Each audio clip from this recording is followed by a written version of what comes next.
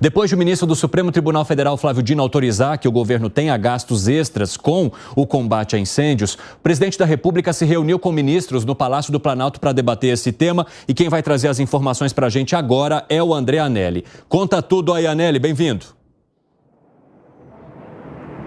Obrigado, Evandro. Muito boa tarde para você, boa tarde a todos ligados aqui no 3 em 1 da Jovem Pan.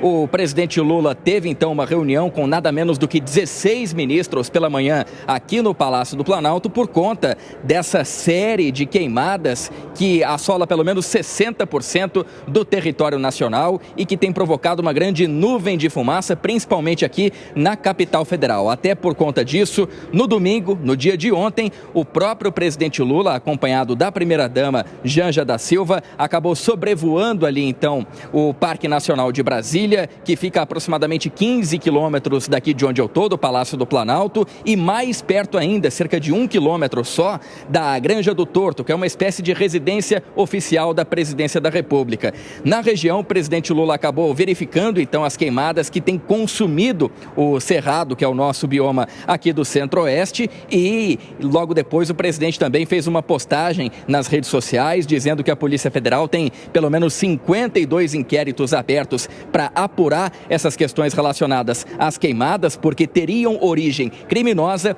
E logo depois desse sobrevoo, já nessa segunda-feira, pela manhã, aqui no Palácio do Planalto, o presidente acabou realizando então uma reunião com a presença de 16 ministros. Havia a expectativa de que algum deles pudesse falar aqui oficialmente sobre novas questões, novas decisões que foram decididas pela Presidência da República, mas até o momento nenhum tipo de manifestação, e o Palácio do Planalto continua mobilizado nesse sentido, uma vez que as queimadas têm chamado não só a atenção do próprio governo federal, mas também da população. Para a gente aqui, Evandro, pior ainda, são 120 dias, mais de 120 dias sem chuva, ar seco, baixa umidade do ar, tudo isso se juntando então às queimadas torna difícil até mesmo a gente respirar. E o governo, vendo então toda essa situação, tem tentado fazer uma mobilização no sentido de acabar com as queimadas, mesmo com essa seca, fazendo com que essas queimadas evoluam ainda mais. E logo depois da decisão, como você citou, né, Evandro, do ministro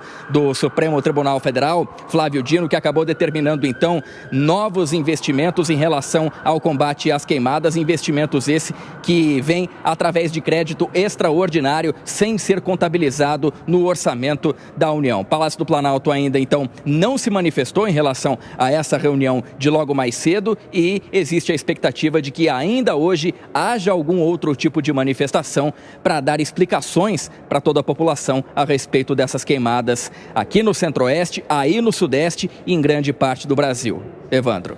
Muito obrigado pelas informações, viu, André Anelli? Bom trabalho para você. O André Anelli estava contando para a gente que o ministro Flávio Dino autorizou o governo federal a abrir esse crédito extraordinário para lidar com as queimadas, principalmente no norte do país e também ali na região do Pantanal. Por quê? A gente tem visto uma correria do governo federal para tentar alcançar uma arrecadação que possa cobrir os gastos que o governo tem, que a máquina pública terá para se organizar, para fechar dentro de um déficit que o governo federal diz que poderia ser zero, mas que nós, todos aqui, os analistas principalmente, dizem que seria uma tarefa muito difícil. Então, ao permitir esse crédito extraordinário, se tira do arcabouço fiscal a possibilidade de se usar esse dinheiro para o combate aos incêndios. Isso diminuiria a pressão que o governo federal já está sofrendo para tentar equilibrar esse orçamento. Então, essa verba, ela ficaria de fora desse limite que é colocado aí ao governo federal para os gastos com a máquina pública numa tentativa de equilibrar a questão fiscal. Como é que você vê essa decisão que vem do Supremo Tribunal Federal com essa possibilidade? E você acha que casos como este, em que entrou, o Rio Grande do Sul, no caso das enchentes, há uma necessidade de se tirar do arcabouço fiscal, em Alangani? Olha, tem duas coisas que me incomodam muito nessa questão. Por favor. Primeira, é que por mais que o ministro Flávio Dino tenha as melhores das intenções nesse caso, isso não é função do Supremo Tribunal Federal, né? Toda essa questão, o nome do Supremo aparece toda hora. O Supremo deu mais prazo para eles se explicarem em relação às queimadas. O Supremo deu agora um prazo para eles tomarem uma emergência. O Supremo autorizou um crédito extraordinário. Então é mais fácil logo terceirizar a gestão para o Supremo Tribunal Federal, é mais barato. Você pega lá os 11 ministros e eles vão gerir o país. Então, isso me incomoda bastante. Esse é o primeiro ponto. Segundo ponto, essa cultura que a gente tem de abrir o crédito extraordinário para ficar fora da regra fiscal. No final do dia, é gasto do mesmo jeito. No final do dia, o Estado se endividou. Eu nem olho mais, Evandro, déficit primário, porque para mim não interessa. O que interessa é o déficit nominal, ou seja, o total de receitas menos o total de gastos, incluindo as despesas com juros. Porque no resultado primário, como você exclui as despesas com juros e tem outras exclusões também, ele é facilmente manipulado. Só que na prática, para onde que foi o dinheiro? O governo gastou, o governo se endividou, não vai mudar a realidade fiscal. E aí, pegando o exemplo da nossa vida, quando a gente faz o nosso orçamento, quando a gente faz investimentos, o que todo mundo pensa? Falou, eu vou ter uma reserva de emergência. Certo? Caso eu tenha uma cirurgia para fazer, uma eventualidade, eu vou contar com isso. Nós, pobres mortais. Eu não vou sair gastando irresponsavelmente, como se não houvesse o amanhã, e aí numa emergência eu boto na porta de um banco e falo, vem cá, me dá o dinheiro aqui. Por que eu não vou fazer isso? Porque, evidentemente, que vai me onerar, eu vou ter juros. Por que o governo não pode seguir exatamente a mesma lógica? Porque quem acaba pagando por tudo isso é a própria sociedade. O que você acha, Segre? Vamos tentar equiparar tudo junto. Eu vou agregar a mesma coisa. Eu concordo com Alan Gani. Mas quando a gente observa, nós estamos vendo pedalada 2.0. Podemos colocar outro nome, mas é pedalada 2.0.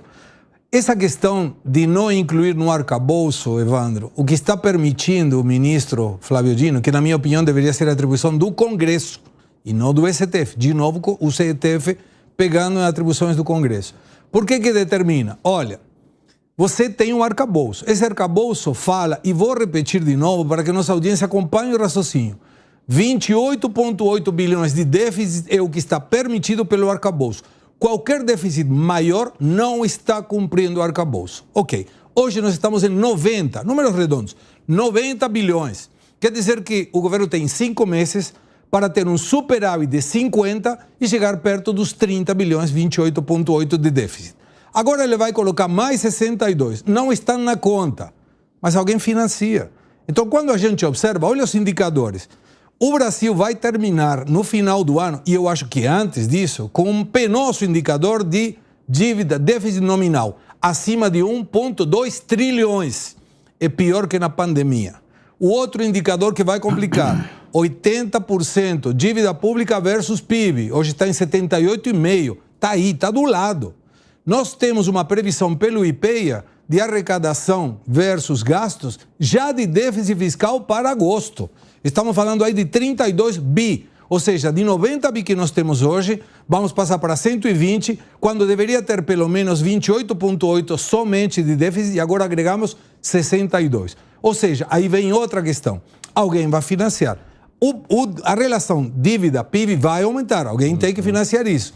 E aí você vê que o déficit vai continuar. Então temos o déficit nominal acima de 1,2 trilhões, dívida pública versus PIB acima de 80%, e um déficit que não será do arcabouço fiscal vai estourar. Eu acho que vai passar dos 100 bi esse ano. Esses 3 indicadores falam muito mal do governo, da questão de responsabilidade fiscal do governo. E agora ficou de novo. Agora entendi por que no arcabouço não tinha responsabilidade fiscal. O governo sabia que não ia cumprir. Tem uma questão muito importante, né? Porque o governo precisa estabelecer ações que diminuam essa situação que a gente está vivendo aqui no país, né? De incêndios, de queimadas, inclusive de investigações que possam identificar pessoas criminosas também que estariam se articulando para poder levar a essas situações. Agora, é preciso saber também que há necessidade de um planejamento para que essas coisas aconteçam, né? Então, ou seja, esses desastres, essas questões, elas podem acontecer todos os anos, independentemente do governo que esteja no poder. E aí, neste caso, é preciso haver certa previsibilidade, até porque os meteorologistas já estavam alertando para a possibilidade de uma seca acima do esperado, de uma possibilidade de crise hídrica em várias partes do país, e isso já começa a preocupar também várias regiões, inclusive aqui o Sudeste, e de um efeito, né, e de um fenômeno que o Brasil esperava muito neste ano, especificamente, que é o Laninha, que costuma trazer queda das temperaturas e frentes frias e também mais chuva para várias regiões do país, o que não deve acontecer nem no momento esperado e nem na intensidade esperada quando ele vier, ou seja, um pacotão de questões com as quais as autoridades públicas precisam lidar agora. E Zé Maria Trindade, falando um pouco sobre o aspecto político, o governo já vinha sendo muito cobrado também por não organizar uma espécie de gabinete de combate a isso. Ações isoladas, manifestações isoladas aconteciam, mas a gente não estava vendo o governo federal parando, se unindo e falando, olha, a nossa estratégia a partir de agora é esta. Você acha que com essa manifestação do Supremo Tribunal Federal, com essa possibilidade de gastar fora do do arcabouço fiscal para essas regiões, isso vai trazer uma mobilização maior e que é esperada do governo neste momento? Já veio crise, né? Já veio tarde, a crise está acabando. Não houve preparação do governo para uma situação previsível. Sempre houve campanhas no rádio, na TV, mostrando didaticamente que não se deve usar o fogo durante esse período, porque é perigosíssimo, né? Houve todo um acerto do governo, e nem vou falar da campanha eleitoral e do discurso anterior ao governo do grupo que está hoje mandando no país. Antes de assumir o governo, eram críticas, eram sobre queimadas, e agora não faz nada. Agora, imagine, o Brasil está pegando fogo. A repercussão internacional disso é enorme, e reputação para um país que lida com o agronegócio como o nosso Brasil é importantíssimo, é ativo econômico. O Brasil está em fumaças e chega aqui ao coração do poder, no Planalto Central do país. Quem anda aqui em Brasília vê a situação grave, parecendo noite durante o dia. E aqui, no Planalto Central do país, para você ter uma ideia, o governo não está sabendo lidar com isso.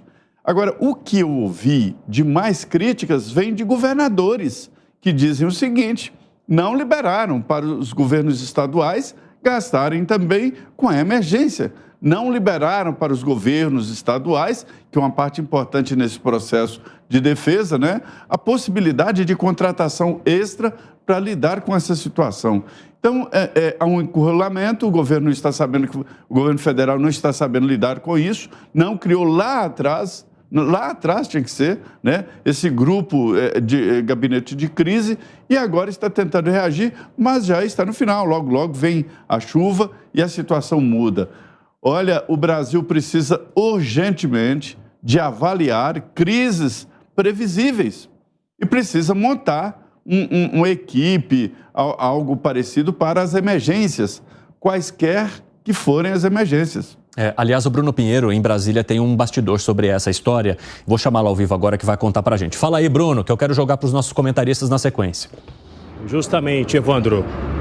Ótima tarde a você. Exatamente lá no Senado Federal, a Comissão Externa do Pantanal, que acompanha justamente essas ações, estão se articulando os senadores, porque uma excursão vai acontecer. Eles vão até o Pantanal, no estado de Mato Grosso, a região ali, para ver realmente de que forma que está a atuação do governo federal, o que aconteceu e o que tem que ser feito para evitar que novas situações como essa que estamos enfrentando em 2024 se repitam. No final de semana eu estive justamente no coração do Pantanal e conversei tanto com os comerciantes, com quem já é da região há muito tempo. Eles revelam que aconteceram já diversos anos, mas o cenário de 2024 eles nunca viram. Animais que já morreram e árvores centenárias que agora se transformaram em cinzas.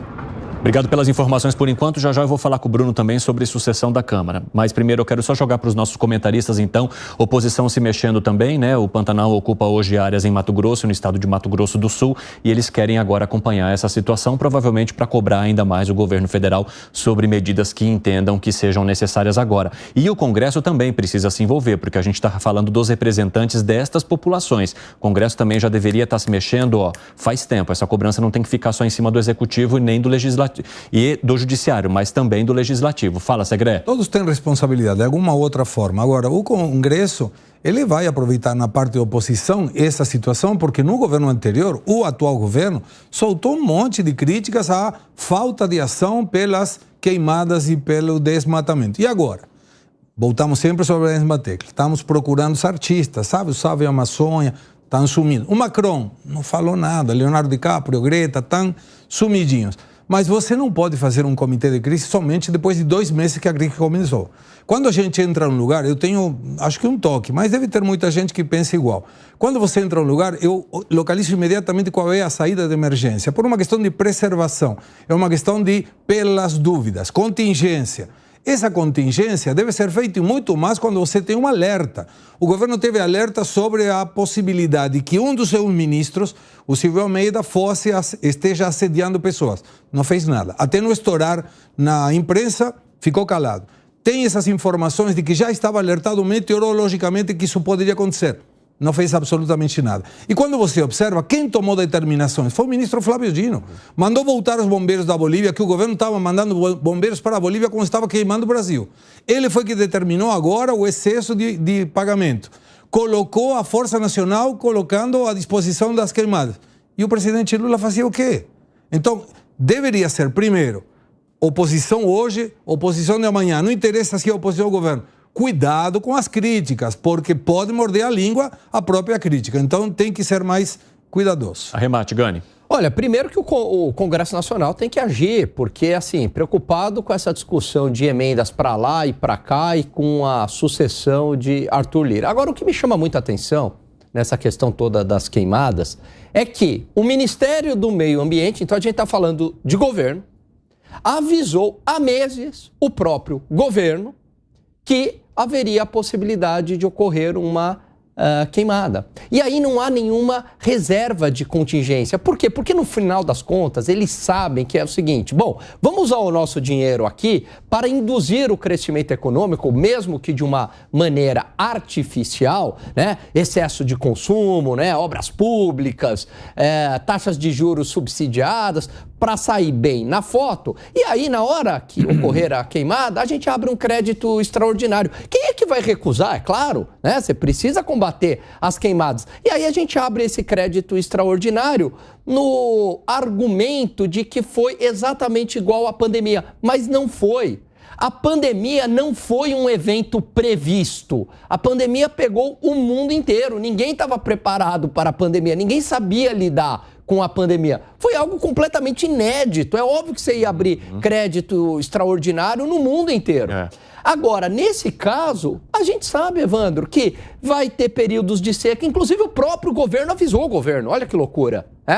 E a gente sabe que também vai ter períodos de chuvas no Brasil, como no Rio de Janeiro, em São Sebastião. Vira e mexe tem esses períodos. E é impressionante como a gente não tem uma reserva de contingência para esses casos. Vai na base do improviso, não tem planejamento, na hora que a tragédia acontece, abre crédito extraordinário e é por isso que é esse caos. Mas na pandemia, desculpa, na pandemia não foi o STF que aprovou o excesso de gastos, foi o Congresso. Perfeito. Então, estamos falando de uma coisa. No STF, no governo anterior, era para pedir coisas ao Bolsonaro, não para autorizar coisas. E o presidente do Supremo Tribunal Federal, Luiz Roberto Barroso, participou também de uma reunião hoje para discutir com o Observatório do Meio Ambiente medidas judiciais sobre as atuais mudanças climáticas. Vou conversar com a Janaína Camelo, que está acompanhando essa história. E o que o ministro apresentou, Jana? Bem-vinda. Boa tarde, Evandro, boa tarde a todos. Pois é, o ministro Luiz Roberto Barroso, né, presidente do STF, também presidente aí do CNJ, ele durante essa reunião do observatório que ainda está acontecendo no CNJ, no edifício do CNJ, ele convocou aí todos os tribunais de todo o país para apresentar aí planos de sustentação ambiental e submeter esses projetos para análise do CNJ, do Conselho Nacional de Justiça. Ele disse, inclusive, que recebeu uma promessa de um financiamento para a execução desses projetos do Banco BRICS, uma promessa que ele recebeu diretamente, inclusive, da presidente do BRICS, que é a ex-presidente Dilma Rousseff. E ali, durante a abertura dessa reunião, ele fez um longo discurso solicitando a atual situação, né, de várias queimadas em várias regiões aí do país, e ele disse, inclusive, que recebeu um telefonema do presidente Lula, onde o presidente se disse aí preocupado com as circunstâncias de impunidade em relação a essas queimadas dolosas, né? E tanto que aí ele disse que fez um apelo ali, durante esse discurso, fez um apelo aos juízes, ao judiciário, para que tratem esse tema com a seriedade que deve ser tratado. A gente separou esse trechinho do que o ministro disse e vamos ouvir. São crimes que se tornaram gravíssimos e, portanto, é preciso que o Poder Judiciário dê a esses temas a gravidade que efetivamente eles possuem. A informação técnica que eu tenho é a de que no Cerrado até pode, excepcionalmente, acontecer uma queimada espontânea. Porém, no Pantanal e na Amazônia, todas as queimadas são provocadas pela ação humana. E, portanto, tem a ação criminosa deliberada, que é de tacar fogo na mata mesmo, e tem a ação que, igualmente criminosa, embora culturalmente praticada, de queima de lixo. Aqui era preciso uma campanha de conscientização da população, de não utilização do fogo em nenhuma circunstância. E aí, no intervalo ali desse evento, os jornalistas abordaram ali o presidente do STF, do CNJ, para explicar essa declaração. E ele disse o seguinte, ele explicou que hoje parte dos juízes aí, parte do Poder Judiciário, ainda não existe a compreensão de que os crimes ambientais são graves, são violações de direitos humanos e resultam em consequências dramáticas, inclusive violando o direito à vida, direito à integridade, direito de propriedade. E aí, segundo ele, é preciso aí conscientizar a sociedade de que os crimes ambientais, inclusive os que resultam em queimadas, têm gravidade e que o judiciário deve se preparar para puni-los. Evandro. Muito obrigado pelas informações, Janaína Camelo. Bom trabalho para você. Vou fazer um giro rápido aqui sobre esse assunto antes do nosso break. Deixa eu só trazer para vocês, porque há uma discussão agora sobre esse aumento de se criminalizar ou aumento da pena para pessoas que sejam pegas, flagradas, ateando fogo em mato e etc., principalmente nesse momento que a gente está vivendo. Você acha que isso pode ser parte da solução, Alangani? Olha, eu acho que isso é bem-vindo. Eu não sei se é parte da solução, né? Porque o problema é absurdamente complexo. Agora, isso é necessário. Agora, eu queria também observar essa mesma energia do Supremo Tribunal Federal, que está correto nesse caso em aumentar penas para as pessoas que colocam fogo, né, de maneira criminosa, para também a criminalidade urbana, né, discutindo essa questão, porque isso também afeta a nossa vida. Aliás, afeta mais do que as próprias queimadas. É claro que a queimada, né, é horrível, tem todo um aspecto de saúde, a destruição ambiental, impactos econômicos. E a criminalidade urbana, por que eles